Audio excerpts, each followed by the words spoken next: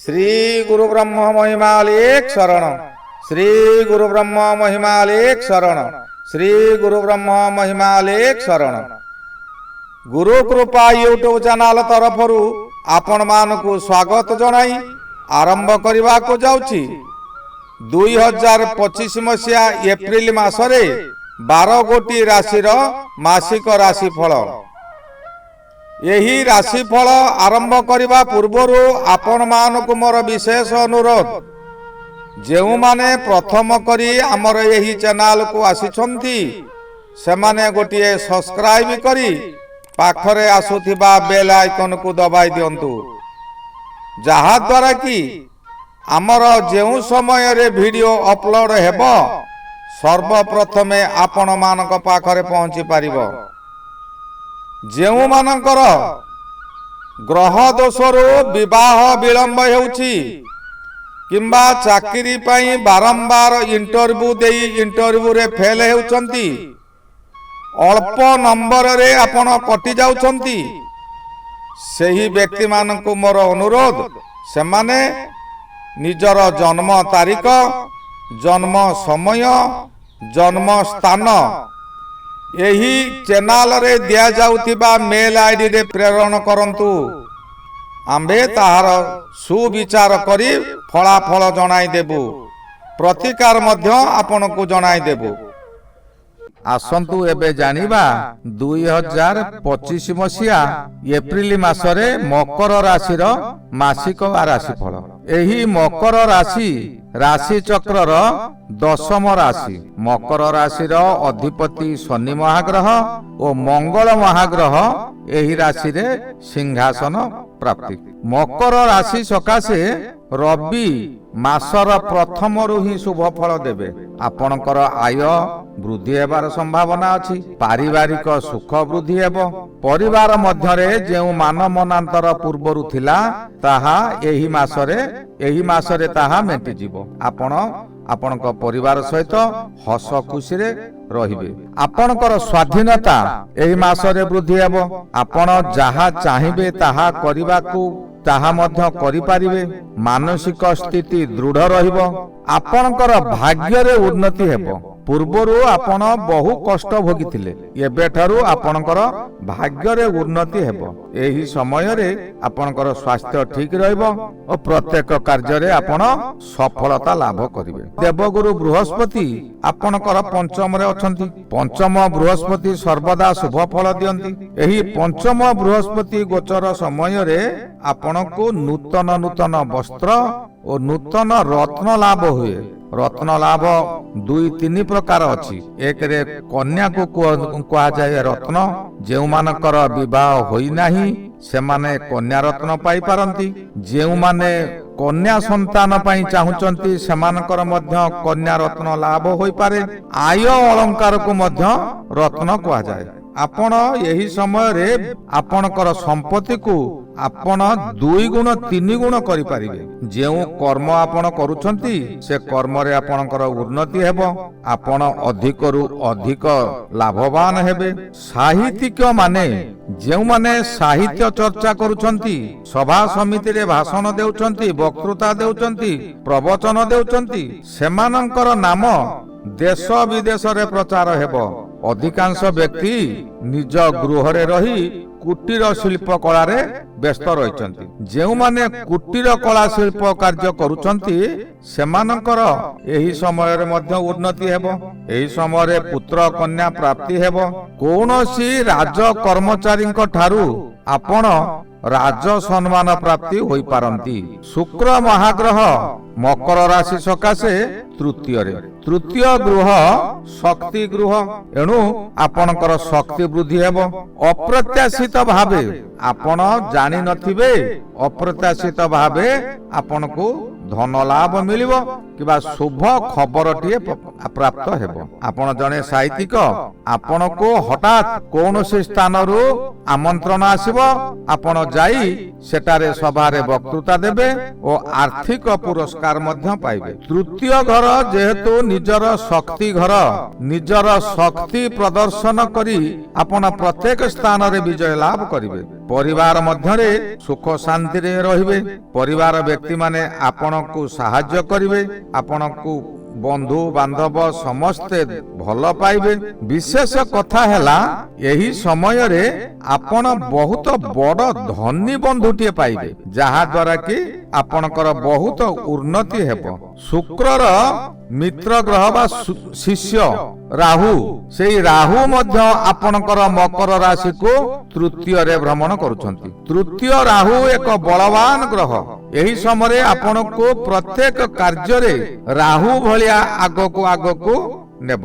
ଆପଣ ଯେଉଁ ସତ୍କର୍ମ ମାନ କରିଥିଲେ, ସେହି ସତ୍କର୍ମର ଫଳ ଆପଣ ଏହି ସମୟରେ ପାଇବେ, ଯାହା ଦ୍ୱାରା କି ଆପଣଙ୍କର ଅର୍ଥ ଲାଭ ହେବ, ମାନ ସମ୍ମାନ ଲାଭ ହେବ, ଦେଶ ବିଦେଶରେ ଆପଣଙ୍କର ନାମ ପ୍ରଚାର ହେବ, ସମସ୍ତ ଦିଗରୁ ଆପଣ ସୁଖ ପାଇବେ।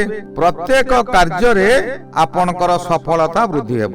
ଯେଉଁ କାର୍ଯ୍ୟକୁ କୌଣସି ବ୍ୟକ୍ତି କରିପାରୁ ନାହାନ୍ତି, ସେହି କାର୍ଯ୍ୟକୁ ଆପଣ ଅତି ସହଜରେ କରିଦେବେ। ତାହା ଦ୍ୱାରା ପ୍ରତ୍ୟେକ ବ୍ୟକ୍ତି ଜନସମାଜଙ୍କ ଠାରୁ ଆପଣ ସମ୍ମାନ ଲାଭ କରିବେ। ଶନି ମହାଗ୍ରହ ମଧ୍ୟ ତୃତୀୟରେ। ତୃତୀୟ ଶନି ଏକ ବରଦାନ ସଦୃଶ ଫଳ ଦିଅନ୍ତି, କିନ୍ତୁ ଏହା ଶନି ଚଳନର ପ୍ରଥମ ଭାଗ ହେଇଥିବାରୁ ଆପଣ ଏତେ ଅଧିକ ଫଳ ପାଇ ନ ପାରନ୍ତି, କିନ୍ତୁ ଶୁଭ ଫଳ ନିଶ୍ଚିନ୍ତ ମିଳିବ। ତୃତୀୟରେ ଶନି ଗୋଚରରେ ଭ୍ରମଣ କରୁଥିବା ସମୟରେ ଆପଣଙ୍କର ଅର୍ଥ ଲାଭ ଯେ କୌଣସି ଉପାୟରେ ହେଉ ଆପଣଙ୍କର ଅର୍ଥ ଲାଭ ହେବ। ଯେଉଁ କାର୍ଯ୍ୟ ବହୁଦିନ ହେଲା ଆପଣ କରୁଥିଲେ, ତହିଁରେ ଆପଣ ଅର୍ଥ ପାଉନଥିଲେ କିମ୍ବା ବ୍ୟବସାୟ କରି ମୂଳରୁ ବ୍ୟବସାୟ ବୁଡି ଯାଉଥିଲା, ଲାଭ ପାଉନଥିଲେ, ଏହି ସମୟରେ ଆପଣଙ୍କର ବ୍ୟବସାୟରେ ମଧ୍ୟ ଲାଭ ହେବ। ଚାକିରି କରିଥିବା ବ୍ୟକ୍ତିମାନେ ସେମାନେ ଚାକିରିରେ ଉଚ୍ଚ ପ୍ରଶଂସିତ ହେବେ, ପ୍ରମୋଶନ ହେବାର ସମ୍ଭାବନା ଅଧିକ। ଏହି ସମୟରେ ଆପଣଙ୍କର ବେତନ ବୃଦ୍ଧିର ସମ୍ବାଦ ପାଇବେ, ଯାହାକି ମନରେ ଆନନ୍ଦ ଆସିବ। ଆପଣଙ୍କର ଯେଉଁ ପ୍ରତିଭା ଆପଣଙ୍କ ଶରୀରରେ ଅଛି ବା ଆପଣ ଯେଉଁ କାର୍ଯ୍ୟ ଜାଣିଛନ୍ତି, ସେ ପ୍ରତିଭାର ସ୍ୱୀକୃତି ଏହି ସମୟରେ ଆପଣଙ୍କୁ ମିଳିବ। ଅନେକ ଅନେକ ଶୁଭ ଘଟଣା ମାନ ଏହି ସମୟରେ ମିଳିପାରିବ। ପଦ ପଦବୀ ଲାଭ।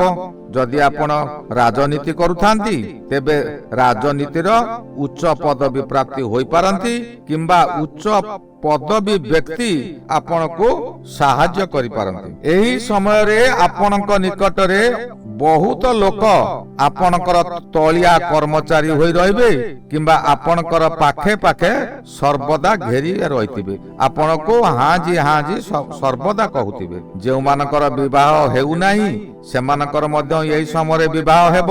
ସ୍ତ୍ରୀ ସୁଖ ଆନନ୍ଦ ମିଳିବ, ଭାତୃ ସୁଖ ମିଳିପାରେ, ନୂତନ ନୂତନ ବନ୍ଧୁ ସୃଷ୍ଟି ହେବ।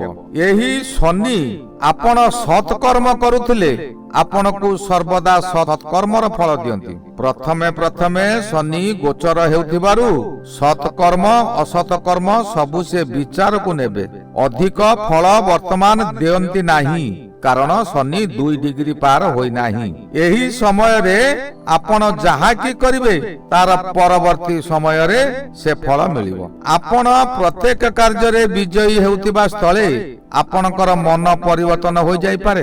ଆପଣ ବହୁତ ବଡ଼ ଆଶା ଗୋଟେ ରଖିବେ ଯେ ଏଇ କାର୍ଯ୍ୟ କରିବି, ଏଇ କାର୍ଯ୍ୟ କରିବି। ଏହି ଆଶାକୁ ଧର୍ମ ଘରରେ କେତୁ ରହି ଆପଣଙ୍କର ଆଶାକୁ ଭାଙ୍ଗି ଦେବ। ପ୍ରତ୍ୟେକ ସ୍ଥାନରେ ଆପଣ ସ୍ଥାନକୁ ଆଶା କରିଯିବେ, ସେ ସ୍ଥାନରେ ଆପଣ ବିଭ୍ରାନ୍ତିକର ହୋଇଯିବେ, କାରଣ ଆପଣ ଯାହା ଚାହୁଁଥିବେ ସେଠାକାର ବ୍ୟକ୍ତିମାନେ ଅଲଗା ଚାହୁଁଥିବେ। ଏଣୁ ଆପଣ ସେଇଟାରେ ଅପଦସ୍ଥ ହୋଇପାରନ୍ତି। ଆଶା ରଖନ୍ତୁ ନାହିଁ। ଆଶା ରଖିଲେ ଶନିଦେବ କେତୁଙ୍କ ମାଧ୍ୟମରେ ଆପଣଙ୍କୁ ବିପଦରେ ପକାଇଦେବ। ଉପାର୍ଜନ ମଧ୍ୟ ହ୍ରାସ କରିଦେଇପାରେ। ଏହି ସମୟରେ ଆପଣ ଧର୍ମରେ ମତି ଦିଅନ୍ତୁ। ଦେବତା ମାନଙ୍କର ପୂଜା ପାଠ କରନ୍ତୁ, ପିତୃମାତୃଙ୍କର ସେବା କରନ୍ତୁ, ତେବେ ଯାଇ ଆପଣ ଏଥିରୁ ମୁକ୍ତି ପାଇବେ। ବୁଦ୍ଧ ମହାଗ୍ରହ ସିଏ ମଧ୍ୟ ତୃତୀୟରେ ଅଛନ୍ତି। ମକର ରାଶି ସକାଶେ 5 ଗୋଟି ଗ୍ରହ ତୃତୀୟରେ। ବୁଦ୍ଧ ତୃତୀୟରେ ଥିବା ସମୟରେ ଅଶୁଭ ଫଳ ଦିଅନ୍ତି। ବୁଦ୍ଧ ହେଉଛି ବାଣୀ ଗ୍ରହ ବା ଆପଣଙ୍କର କଥା କହିବାର ଶୈଳୀ ବୁଦ୍ଧ ହିଁ ସ୍ଥିର କରନ୍ତି। ଆପଣଙ୍କର କଥା କହିବାର ଶୈଳୀ ବଦଳି ଯାଇପାରେ। ଆପଣଙ୍କର ଶତ୍ରୁମାନେ ଚତୁର୍ଦିଗରେ ଆପଣଙ୍କୁ ଘେରି ରହିଥିବେ, କାହିଁକି ନା ଆପଣ ଯେହେତୁ ଉନ୍ନତି ପଥରେ ଆଗେଇ ଯାଇଛନ୍ତି, ଶତ୍ରୁମାନେ ନିଶ୍ଚିନ୍ତ ଆପଣଙ୍କ ପାଖେ ପାଖେ ରହିଛନ୍ତି। ଆପଣ ସାମାନ୍ୟତମ ଭୁଲ କଲେ ଶତ୍ରୁମାନେ ଆପଣଙ୍କର ଖୁଣକୁ ବାହାର କରି ଆପଣଙ୍କୁ ବଦନାମ କରିଦେବେ। ମନରେ ଆପଣଙ୍କର ଅଶାନ୍ତି ବଢିଯିବ।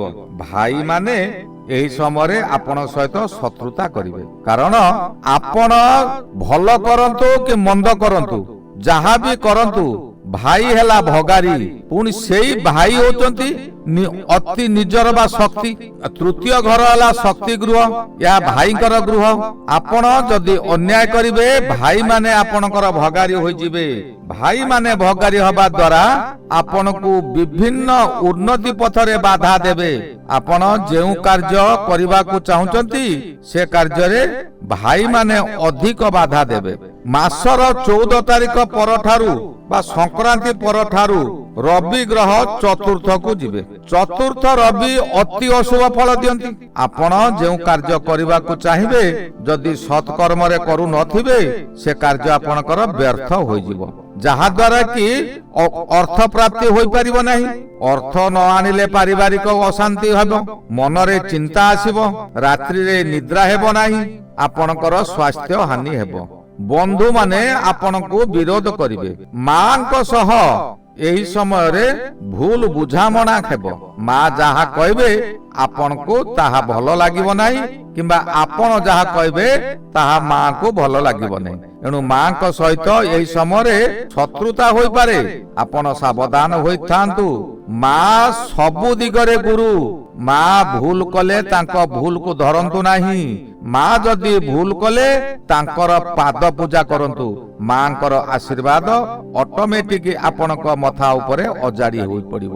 ଆପଣ ଯେତେ ବିପଦରେ ଥାନ୍ତୁ, ଏ ନବଗ୍ରହଙ୍କର ବିପଦ ଆପଣଙ୍କୁ ପଡିବ ନାହିଁ। କେବଳ ମାତୃ ଆଶୀର୍ବାଦ ହିଁ ସବୁଠାରୁ ଶ୍ରେୟସ୍କର। ମାଙ୍କ ସହିତ କୌଣସି ସମୟରେ ଝଗଡା କରନ୍ତୁ ନାହିଁ। ଏହି ଗଲା 2025 ମସିହା ଏପ୍ରିଲ ମାସରେ ମକର ରାଶିର ମାସିକ ରାଶିଫଳ।